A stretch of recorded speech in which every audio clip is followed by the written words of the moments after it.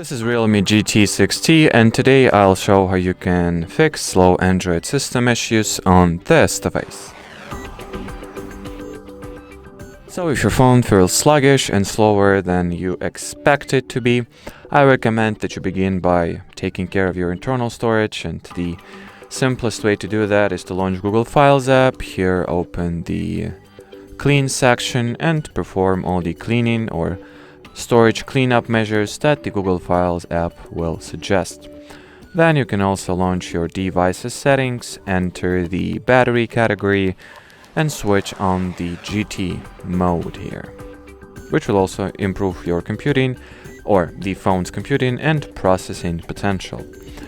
And the final advice or measure that I will recommend today is that you enable the RAM expansion feature.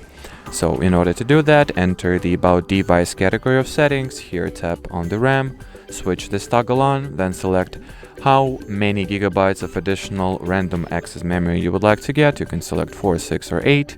And now simply restart your phone in order for those changes, or in order for the RAM expansion feature to take effect. And well, that'll be it, not only for the last feature but for this video in general. So thanks for watching and bye bye.